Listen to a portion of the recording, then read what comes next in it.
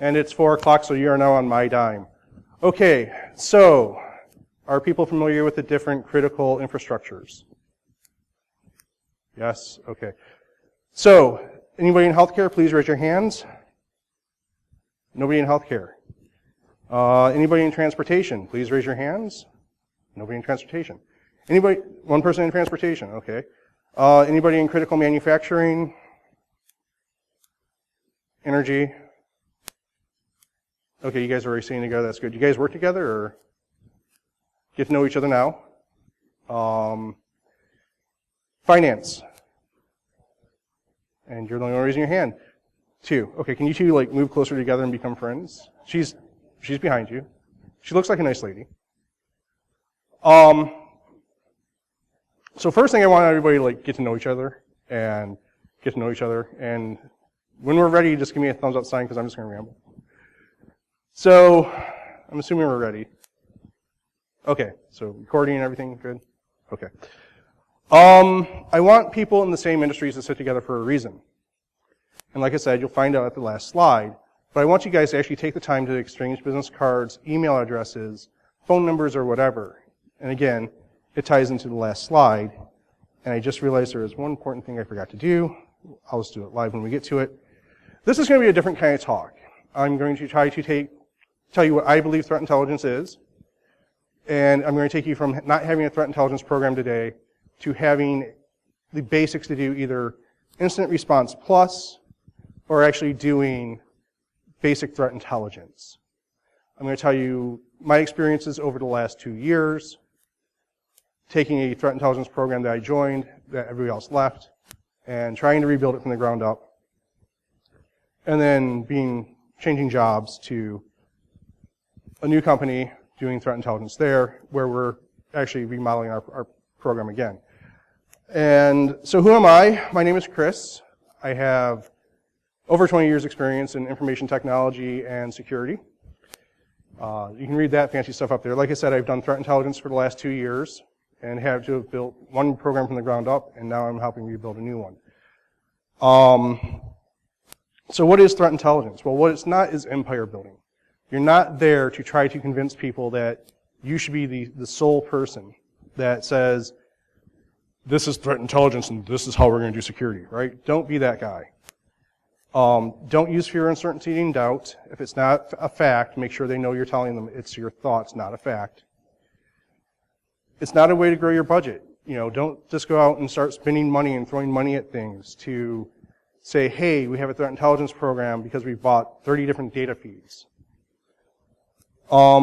It's not just buzzword marketing. There is actually something to it. It is really, in the beginning, is becoming really good at being a post-mortem expert in events and incidents. So you're going to be looking at the things that have happened on your network first to figure out what they look like and then try to get ahead of them being the end result so you cut them off sooner. So what is threat intelligence? It's a lot of research. It's being able to answer a question in 30 seconds when the CEO calls up your CISO calls up your director calls the manager, and the manager walks over to your desk and says, what is WCRY? And you've just walked back from lunch and haven't been looking at the internet all day. But you need to have an answer in 5 minutes. So it's about doing research and doing it well. It's being able to answer things quickly, but most importantly, it is about giving contextual data in the form of information to your management or whoever your stakeholder is in order to make a decision and act on that. So it doesn't mean that the stakeholder is going to just be your manager. It could be the SOC analyst. It could be the forensics team. It could be your legal team. But it's whoever you're working with that needs to make some kind of a decision. So before we get going, a little bit of basic definitions, right? Data are facts, right? The sky is blue is a fact. And you guys are going to hate that phrase by the time I'm done because that's kind of become my mantra. But that tells me nothing. And we'll get back to that in a minute. Information is taking that data, putting the different pieces of data together into a context that means something. So if you have an attacker on your network and you're seeing them use PowerShell, well, admins use PowerShell too. So you need more context than, oh, somebody's using PowerShell on the network. You need to be able to figure out they're using PowerShell on the network from this IP address, which then says, is this something I need to worry about, or is this something that I don't need to worry about? Is that IP address my VPN connection? And is it a person that's supposed to be using PowerShell? Or, so context matters, and you're taking the different data points from the logs, putting them together, and you're building something that's actionable off of that. So basically, you want to go through the intelligence lifecycle, and we're going to see the way I prefer to do the intelligence lifecycle in a minute, but, well, actually, you're close to the end. You need to plan, you need to collect, you need to process. I'll actually go into all these. So have a plan going forward. What do you support? What do you do? What is your goal? How do you do things? What are your data sources? Where do you collect your information from, right? So that's the planning portion. You're going through, and you're not just walking into the middle of a fire and saying, oh, I left the hoses at home, right? You're walking in and it's like, okay, I'm here, my fire extinguisher is over there, my fire hose is over there, and the ladder's behind me coming up in the next truck. Ooh, nobody told me there's train tracks behind me. Collect data, right? So you're going to collect, and you're going to analyze that in a few minutes. But you're going to collect it. And you need to make sure you're collecting it from good sources, not bad sources. And we'll talk about that in a few seconds, in a couple slides coming up, right? But you need to collect your information and make sure it's readily available when you need it.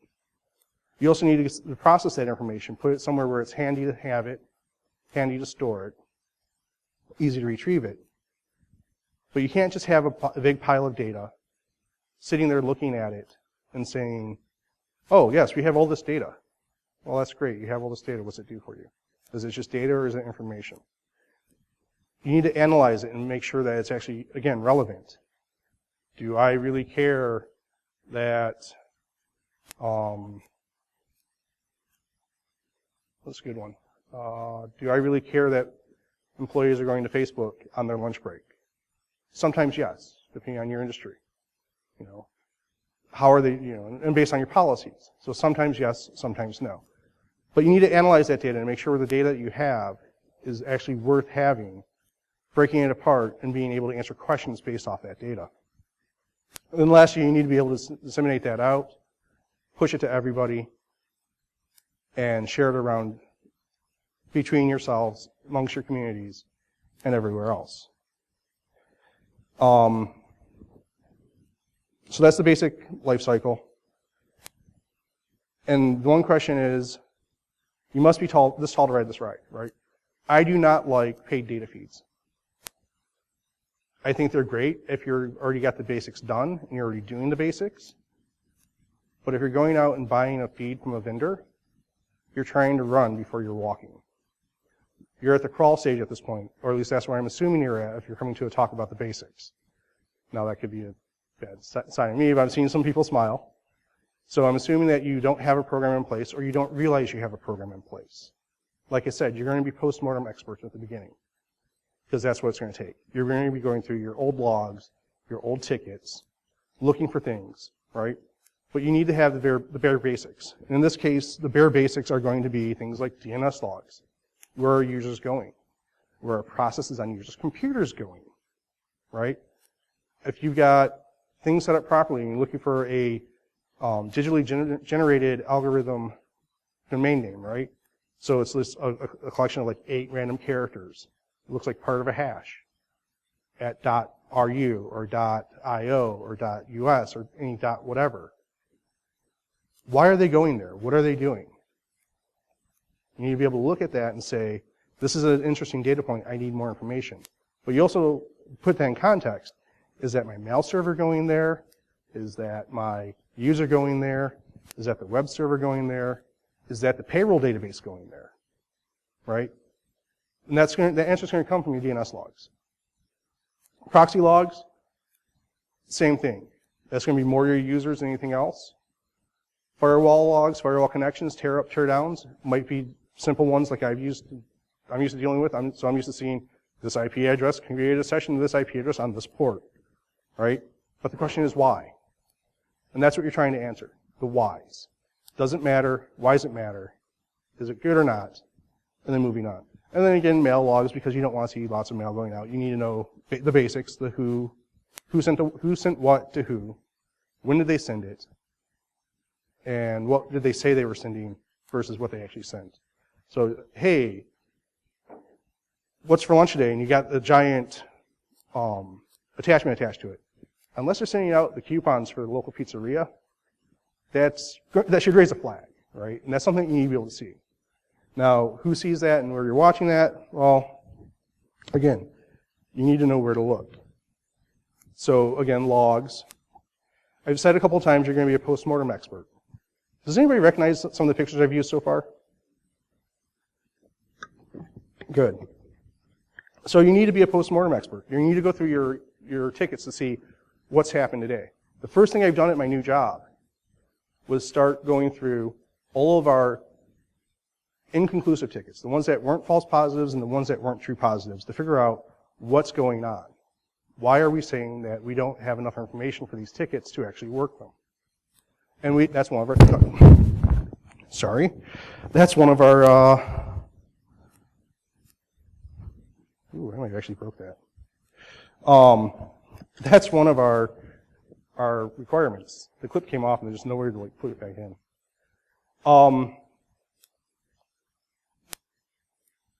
Go through, find out what's going on. You can still hear me, right? Okay. I just think I broke the belt loop thing. Sorry. You guys get to see the fun stuff. And then the people on the video are going to be like,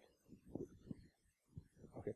The people on the video later are going to be like, oh man, this guy he keeps breaking topic. But, so my job to start with was to go through the tickets and figure out why they're being closed in the manner they're being closed. Are we actually fixing the problem? Was this something that should have came to my team and didn't? You know, was there something else? And in the process, you're going to find that, and I've done this in 2 jobs now, you're going to find gaps. You're going to find where logs aren't being captured, or they're being captured in a way that you can't get them in the time required for regulatory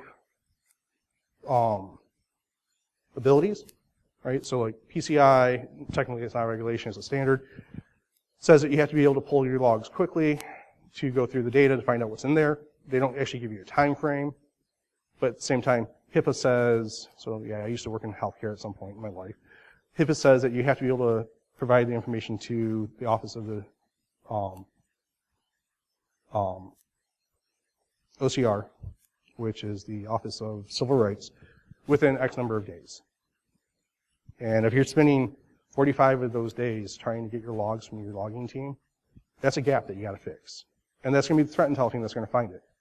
Or it's going to be your incident response team that finds it in the middle of an incident when the company's going to be in trouble. So you need to know where to look. And the best place I like to start with is the tickets. Yes, post-mortem expert again. You're going to go through the tickets. You're going to find out what's going on. Build a spreadsheet, and you're going to see those in a few minutes, spreadsheets of dooms. And start building up what you see in your tickets.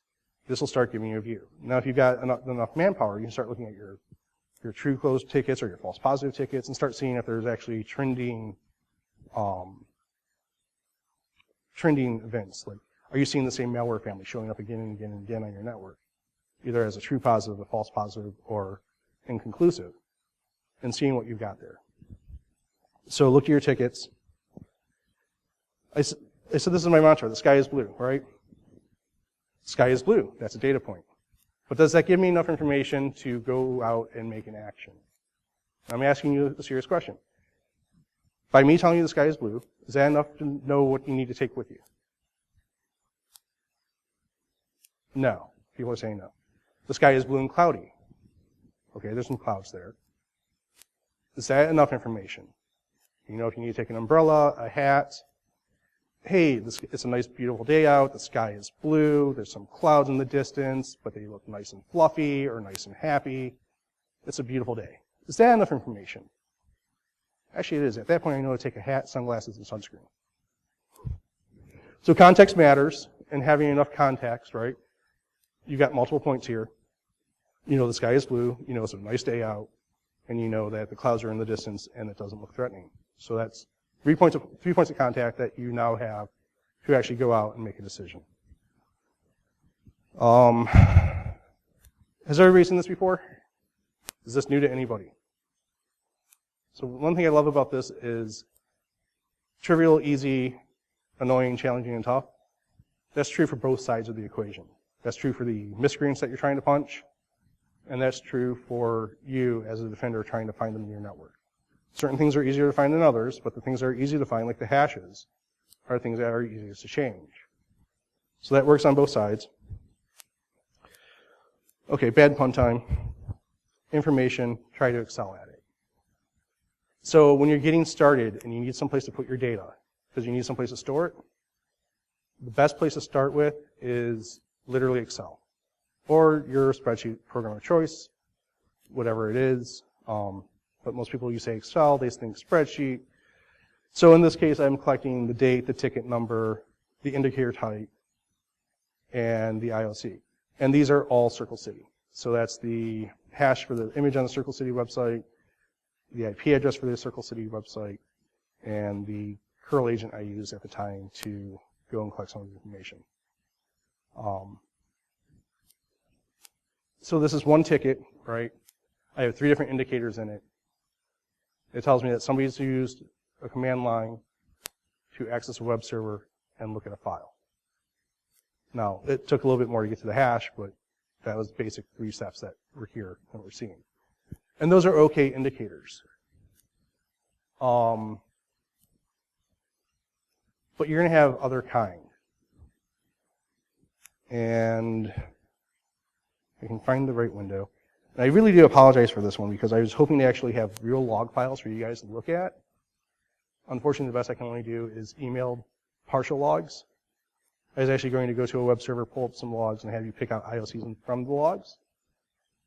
So instead, I'm going to show you emails I get from my WordPress server and ask you, does this make a good indicator or not? And then we're actually going to put them into a spreadsheet. So if you came here for the hands-on portion, well, this is it. And we're going to do this a couple times throughout, right? So I use a tool on my WordPress server. It's called WordFence. It sends me information. Make this a little bit bigger. And you can't see that. How do I... Is it a case of duplicate or is it a case of slide? Oh, it's slide. Okay. Now I can't see it. Okay, so it's my WordPress server. Let's make this a little bit bigger.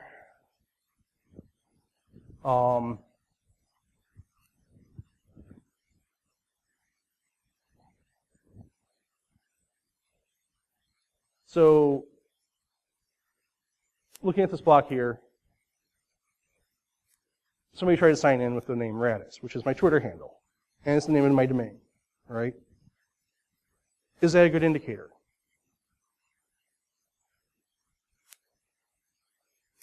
Anybody? Okay, nodding heads of yes. Anybody disagree with that? Is that a good indicator or is that a bad indicator? Not sure. Don't feel bad if you're wrong.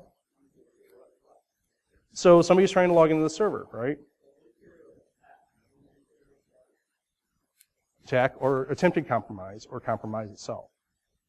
So if you're looking at the logs, right? Would I care to track the fact that they're trying to log in as me?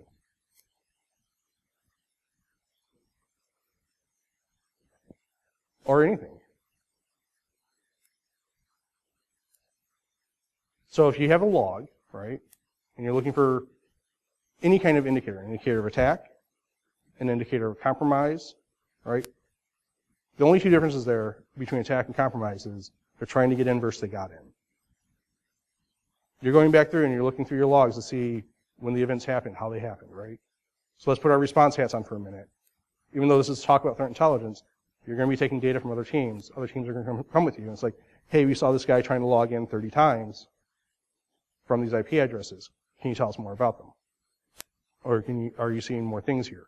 Or you might be going through a ticket review and seeing this thing popping up time after time after time.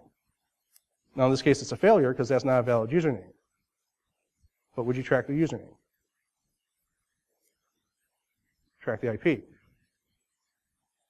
When would I care about tracking the username?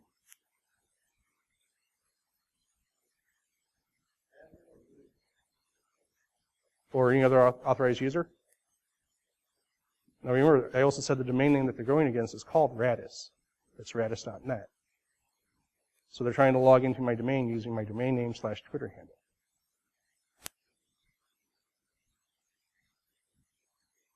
So the people that were nodding their heads yes, you would actually track this for a little while to see who's trying to come in and how they're trying to come in. Are they doing a standard brute force attack by using admin, like the basic, go down the list of starting at the A's, B's, C, D, E, F, G? What this tells me is this is somebody that's done a little bit of research into who owns the domain before they try logging in. So like I said, the domain here is radis.net. That's my known Twitter handle. And the person's trying to log in as Radis, assuming that I might have actually set that up as my user credentials. Now the truth is I didn't. So I want to copy the user IP and the name. So is this the right one? Yep. And we're just going to make up a ticket number for this.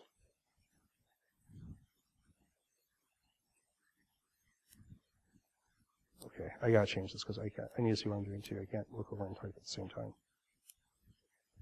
I don't computer well. Linux I do well. Windows is a... GUIs are strange to me.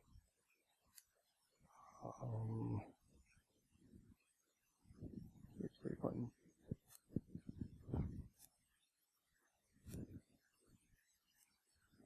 That's right.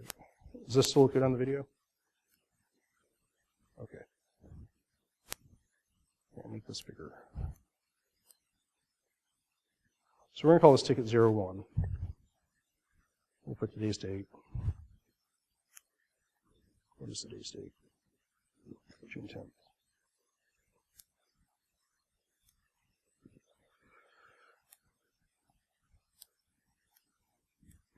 Actually, let's make that failed username.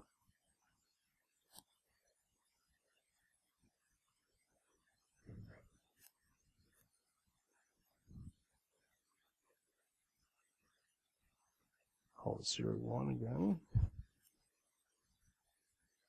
And it's cool if people want to leave. I know this talk is a little heady and odd. I do not take it personally.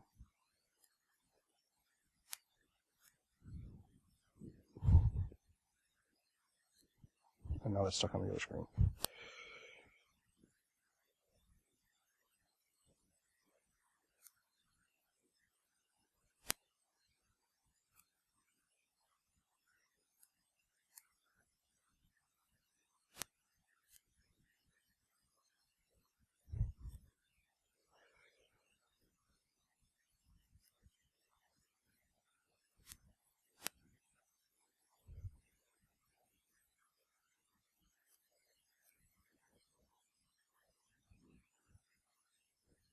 And we'll see why we're doing this in a few minutes, further on the slide deck. Another one to look at, again, same vein.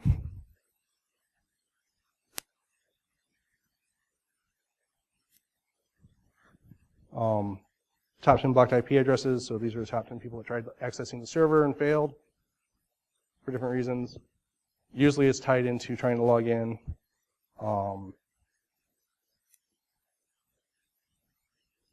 And in this case, I do want all the IP addresses. It's going to take a minute to copy them out. Because I want to see where they're coming from. I want to see who got blocked. I want to know why they got blocked. Well, in this case, I know they were blocked because they were trying to log in as a user. Because I saw the other emails that were associated with this coming beforehand. I don't have the username, but this will tell me a list of who tried getting in. So we'll call this ticket 2. And it's going to take a few seconds. And this is why I said this is an hour-long talk instead of 30 minutes, because this part takes time. All right? And it's not always fun. It's not always glorious. You're not always walking up to the CEO and saying, hey, I got this information for you. Sometimes it's collecting stuff like this.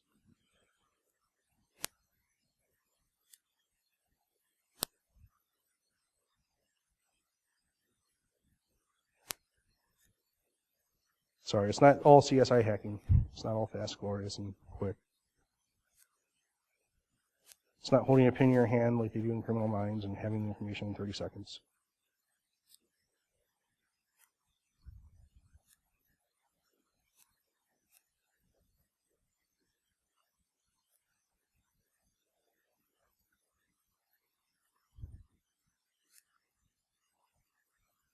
But back to your point earlier, normally a username you wouldn't unless it's a certain kind.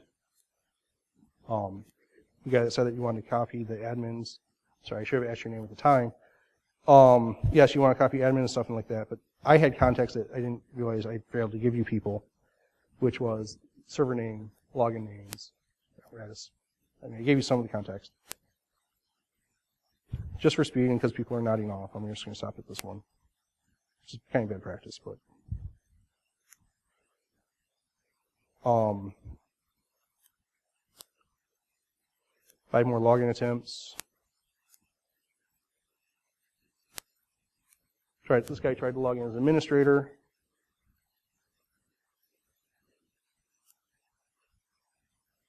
I think this will be the last one that we do, and we'll move back into the actual slides after this.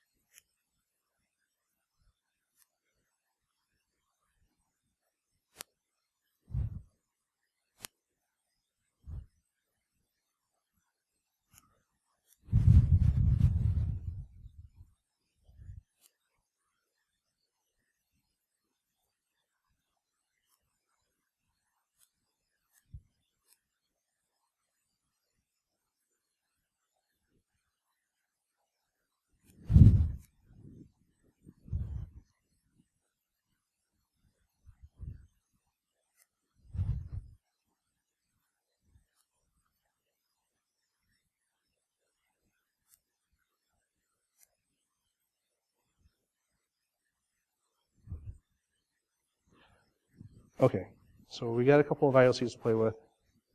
We put them into a spreadsheet. We've got a way to track them. So we've got a start of a spreadsheet to do.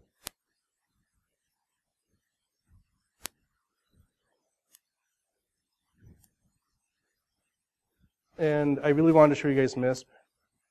So we're collecting the data, we're putting it into a spreadsheet to do, and that's the way to start. I tried 4 times to get MISP to install on my VirtualBox, and it failed every single time with the same error. A patch you refused to start. And it kept showing errors from syscontrol. So, but MISP is nice because one of the features it has, there's lots of different platforms out there. There's tools like Threat Connect, there's tools like MISP, there's crits,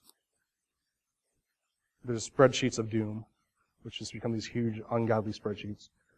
One of the things I like about MISP, and Chris does it as well, it will actually give you a graphical representation if you tell it to. Yeah, CRITS. So Chris used to have better documentation, and the way that they handled some of the stuff on the back end was different. MISP started as malware sharing, and that's actually what the M stands for in MISP is malware, whereas crits started as something else. And they kind of like borrowed from each other and become pretty close to the same beast. When I took SANS Forensics 578 last year, they taught crits. It was the last time they said they were going to teach crits. They said going forward they were going to teach MISP, because MISP is now doing everything that crits was doing.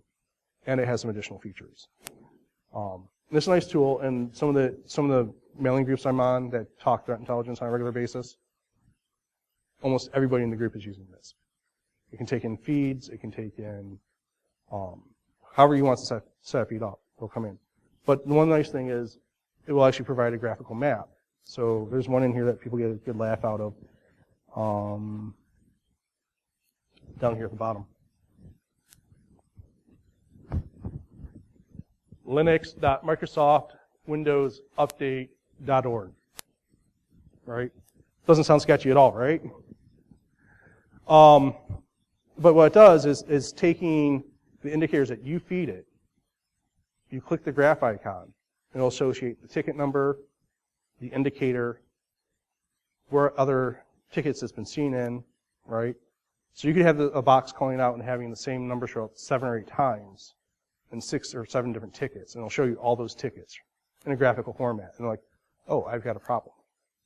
This is something that should probably go higher on the incident response team or the hunt teams looking, right?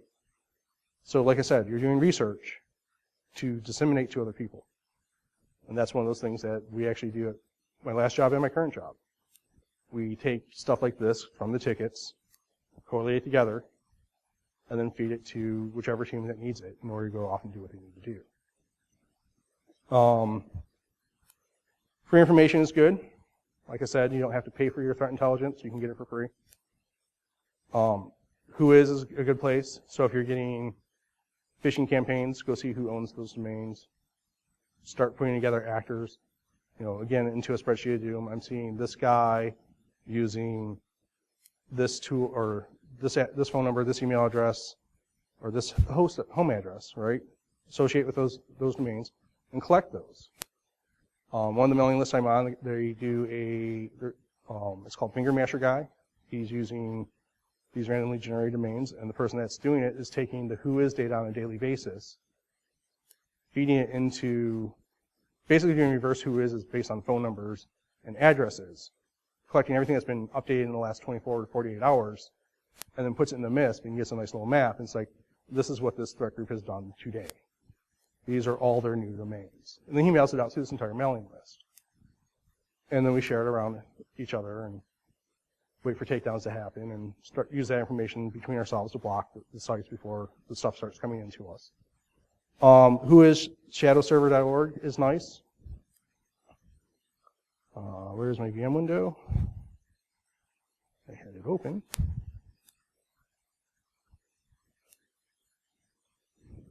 And you can't see it. So weird.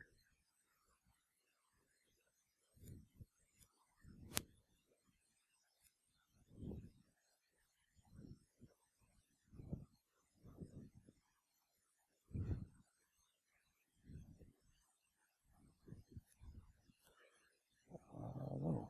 I want you to share. I'll share this way.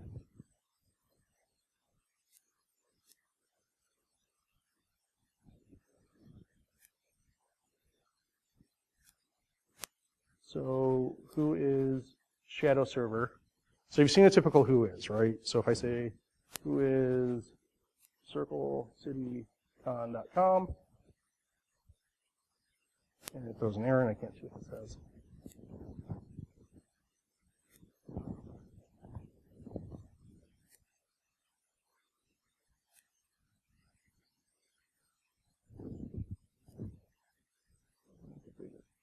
I'm really hoping I typed this right because I can't see it.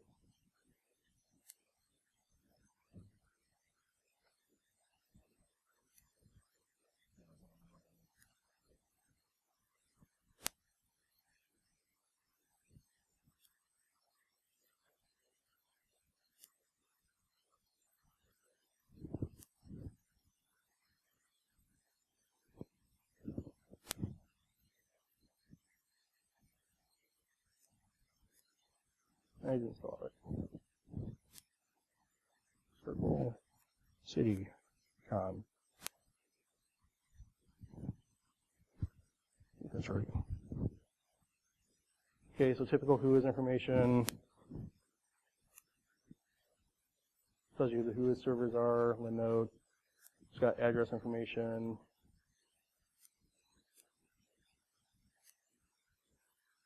All right, typical who is. Everybody's seen this before? And believe it or not, I spend a lot of my time on who is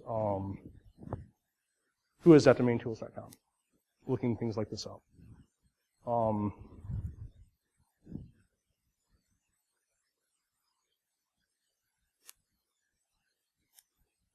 Who is shadow server?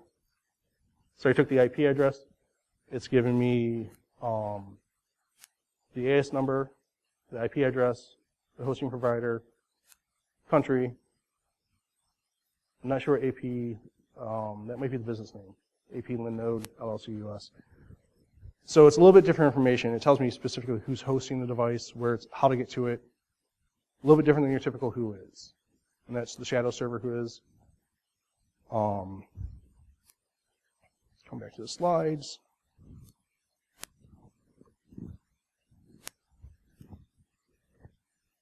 iDetect.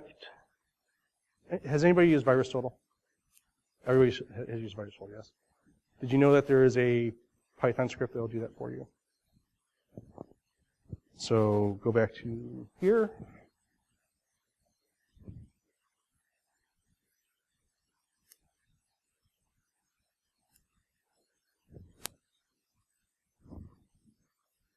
Like I said, I spent a lot of time at the command line.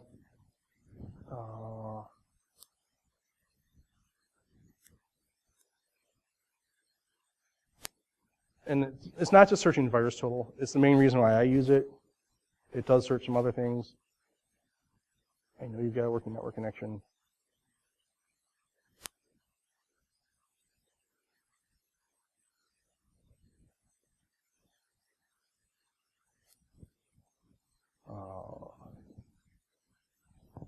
Okay. So it's, scroll up a little bit, if I can do this right. I miss not having a real mouse. Too fast. So it gives me results. It's checking multiple sites. It's checking blacklist. It's checking the age of the domain through URL void. The PDNS entries are actually from VirusTotal. So these ones down here. Actually, I'll use the mouse pointer since I actually can on this one. VirusTotal information's here. It's a nice tool, especially if you use some of the command line arguments that go with it. Pull out just the information you need, and then push it into a text file that's processed later. And I really got to speed this up. This is going way faster than I thought it was going to. MITRE Attack. It's a really great site. There's a website I forgot. attack.mitre.org. It's been around for about 2 years. Come back to that in a second. It's been around for about 2 years, but almost nobody knows about it. It's basically a collection of techniques, common knowledge of adversaries, the tools they use. So if you got a tool that you want to look up, you can go here, search the tool, and it'll tell you all the adversaries that use it. So, if you got who lives off the land, it'll give you a list of who lives off the land, which means they're using the built-in native tools. You got an EXE that's a little fishy. It's like, who uses this EXE? If it knows about it, it'll give you all the attackers that use that EXE. A couple other places. I know I said don't pay for your data, but if you're going to in the beginning, Maltego is good. Shodan.io is good. Two other things I actually do on a regular basis is link analysis for attack adversaries. So this piece of malware, this attacker, this infrastructure, and then provide a nice pretty picture to management and say this is what we've seen for attacks. Shodan.io, go out and find out what our external footprint looks like. DHS provides a service called Hygiene for U.S. companies. If you get a chance to use that, that's pretty good too. I'm pretty sure it's free because you're already paying for it with your tax dollars. And it's different from Shodan. Shodan looks at what's available on the internet. Hygiene looks at the CVEs that they see on your network that are publicly facing. So basically, they're looking for banners and seeing, oh, this is susceptible to CVE whatever. Industry ISACs, they do cost money to join. I haven't seen one that's free yet. The data is usually a little bit old. It might be over-sanitized, so you might be getting your own data back to you thinking it's new. I've seen that happen. Most recently during an outbreak of Imotech, stealing credentials, we provided information to an ISAC. We got it back 2 hours later, and everybody's like, ooh, look what they sent us. And it's like, we sent that to them 2 hours ago. That's our list in that order. And I was like, oh. So information, by hook or by crook, we will. Basically, we will get it. Don't just go through the attack cycle one way. Sometimes you have to go backwards in order to move forward. So the best representation I ever saw of this was the information lifecycle, or the intelligence lifecycle built as a agile-like image. So you have everything moving one direction, but you're going back constantly to the beginning of that iteration to make sure everything's covered. Anything new that you found, it goes back up. So, hey, I got a plan. Well, we found a new site to look at. Let's throw that in there. Let's run that through what we've done so far. Pull out the additional information from that data feed. Stuff like that. So I'm collecting data, and somebody's like, oh, hey, I got this over here. And it's an open source data feed. So I run back and add that to my collection plan real fast and recheck all the IOCs and say, okay, this is cool. I've got more data now. I've got more context I can put around this. So always step backwards to go forward, and always ask, do I have enough information to go forward? Remember, intelligence is about actionable information. I never filter anything out. I never ignore information. It might not be relevant at the time, but I don't ignore it. It gets captured somewhere. And I don't make up information to just tell people, make them feel good. Right? Always sort, correlate, and test it. When it comes to testing, I wish we had more information to go on.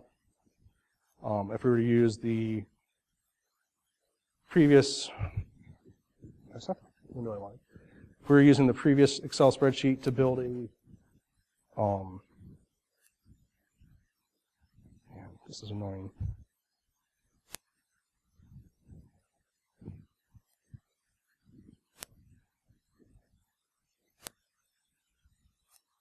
If we're using this, you can't see it. This is really annoying. I don't computer well.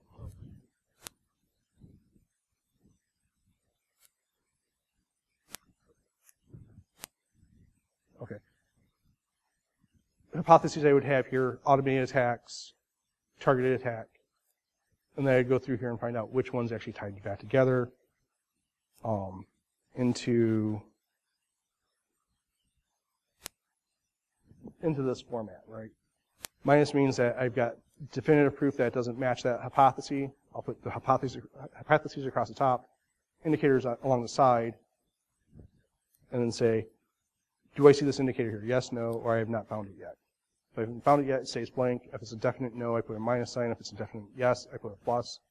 If it's super strong, I'll put 2 pluses or 2 negatives. If it's super strong one way or the other. And then, so in this case, we're saying, oh, it's just random people attacking us by, through their own compromised websites. So hypothesis 3, in this case, would be the one that's weird, is the one that lines up properly. And basically, the whole point of doing ACH isn't to confirm what you're seeing, it's to disprove the other things you're seeing. So it's giving you the strongest possible answer based off of what you see in your own network. If you really want a good heavy book to read on this, it's called Psychology of Intelligence Analysis. It's one of the CIA publications. It's really thick. It's not thick, but it's very psychology and academic and fun to read, but you gotta really love that kind of stuff. So sharing it out, tell a story. General Powell is known, and I'm going to paraphrase here because I can never remember the exact quote. Tell a story. Tell me what you know. Tell me what you don't know. Tell me what you think, and make sure I know the difference. All right. So when you report this to management, say this is what we know as absolute fact. These are the things that we cannot answer for you at this time because we do not have the answers. We have not been able to find the answers for these. This is why I'm thinking based on this, right? And by saying it in that way, you know what I think and what I know, right?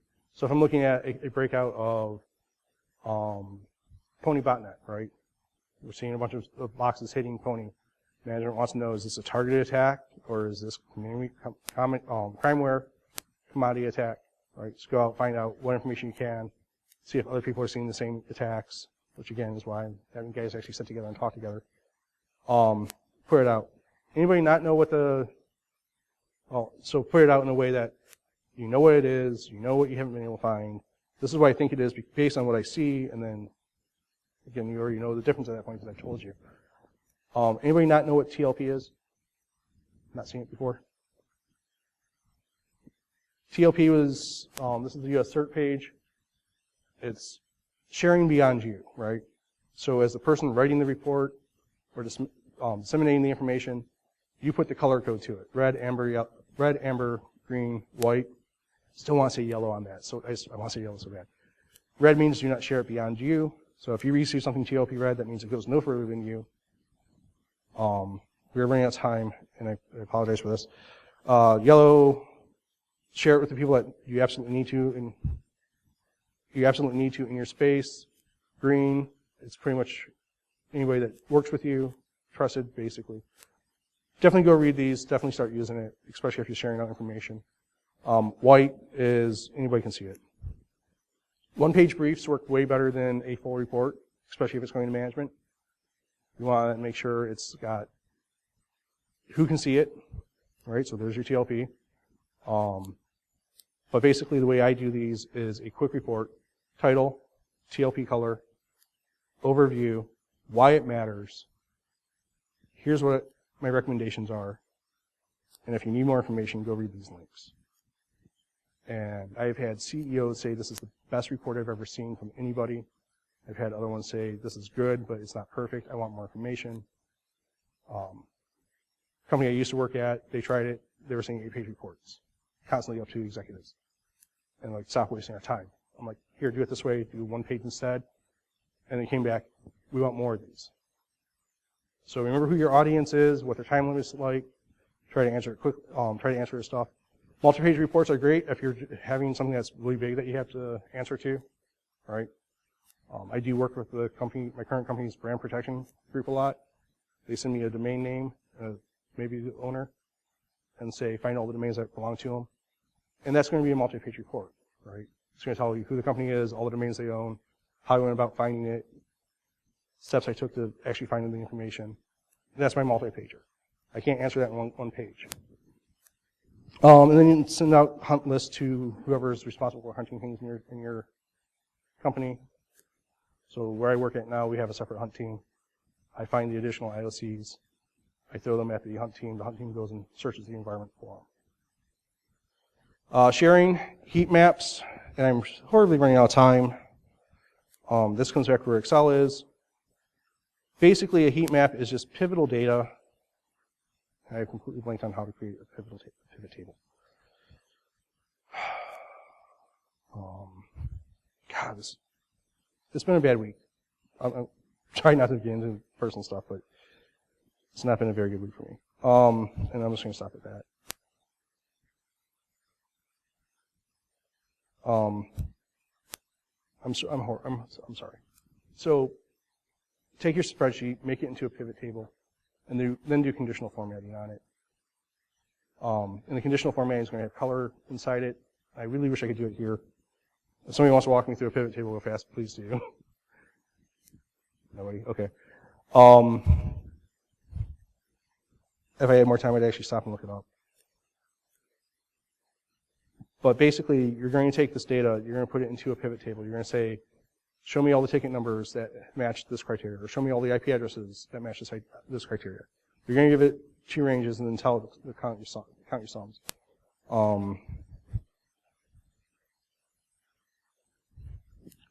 Give me a picture real quick. That's a very not the best one in the world. I wish we could have done it ourselves. Closer, I think.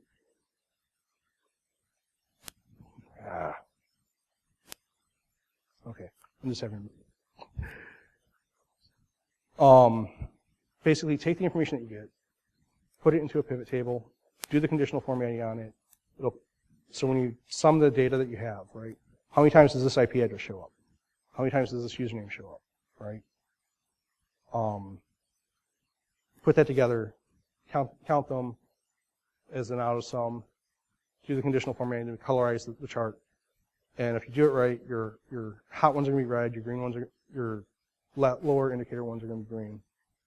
I feel really bad for not, because it looks on your faces. I feel really bad about this. Link analysis graphs, if you've seen Meltigo, you saw the one with the mist icon. Provide those out to people, because they like to see how things are linked together. Pictures tell better stories, right? So the heat map tells a better story than a spreadsheet. A link analysis table tells a better story than a report. Share with others. So you have your ISACs, you have your voucher-based system. And the reason I had you all get together in the groups based on your industry is to have you start sharing your information to each other so you have a way to contact each other. So when you start saying, I'm seeing this in my company, are you seeing the same thing? You don't have to give them, you're not giving them the secrets to your secret sauce. You're not giving them the Coke recipe. You're just saying, I'm seeing this attack method. Are you seeing this too? At this point, I have questions. If you have questions, I'll try to answer them. We've got a few minutes left, about 5.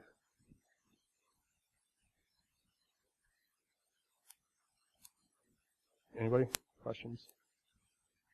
Wow. That's never happened before. Do you guys think you can take this back and make some use out of this Monday? I'll ask you that question. You have one person shaking their head yes. Anybody else? Is this the talk you were expecting? Anybody? Yeah? Okay. One person shaking their head. This is kind of what they were expecting. I hope this is informational for you. I hope you can take this back Monday and start putting some of this stuff into effect and start building your program if you don't have one. Or if you're looking at your program and wondering if you're doing it the right way, have some better answers for that. Yes, question?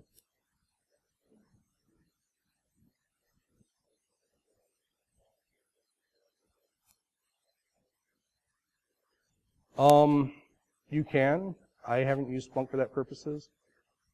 To be honest, I'm not a fan of Splunk. So that's my personal bias.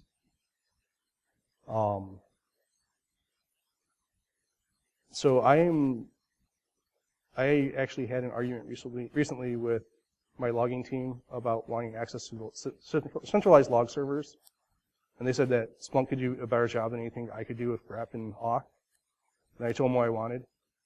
And like, here's the access to the centralized log server. So, I mean, that's my personal bias, that's my personal experience. I understand there are other tools out there to do it. And I don't have the skill set to answer the question about doing this with Splunk or doing this with Elasticsearch or any of the other tools like that. So I feel bad about not being able to answer it, but I'm coming right up in front and saying it's not my skill set, I don't know. But that's a great question. I mean, can you use another tool like Splunk or like that to do the work? If I was being forced to use Splunk, I'd actually export everything out and then feed it into an Excel spreadsheet, because that's what I've done in the past.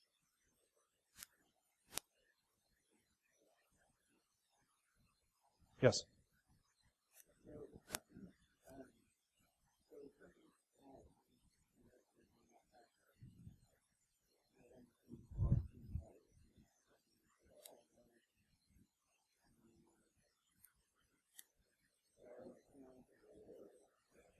So starting points, and that's actually a good question. My last team had 10 of us on it.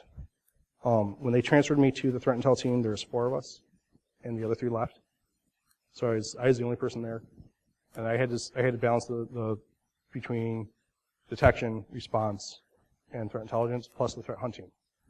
So what I did was called IDR plus, or IR plus.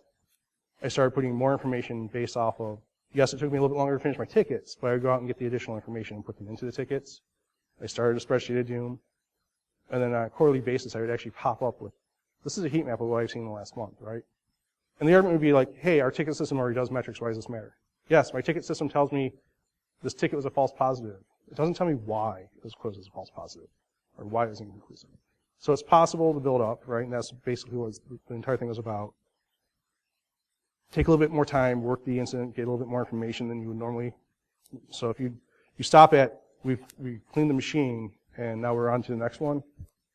If your workload allows, don't stop at we've cleaned the machine and close the ticket. Go a little bit beyond and say, whose software infected the machine? What was the IP address? And just ask a couple questions why and try to answer those questions and add that to the ticket. So you start there and then start ramping up. And as you do that, you'll start creating spreadsheets and other tools, or spreadsheets and other collections of information that start building higher and higher and higher. So that's why I was talking about spreadsheets before I talked about MISP, right? You start small. Once the spreadsheet stops being useful, start building up. And that's how you go from having a really small team that can't do this, or a really small team that can't specialize in one thing, to show that, hey, if we start specializing, we can do this and start getting more budget. But just don't build an empire out of it. Does that answer the question? Anybody else? Got 1 minute left. I want to say thank you all for coming to my talk. I hope you take something back to your office and make use of it Monday. Again, thank you for coming.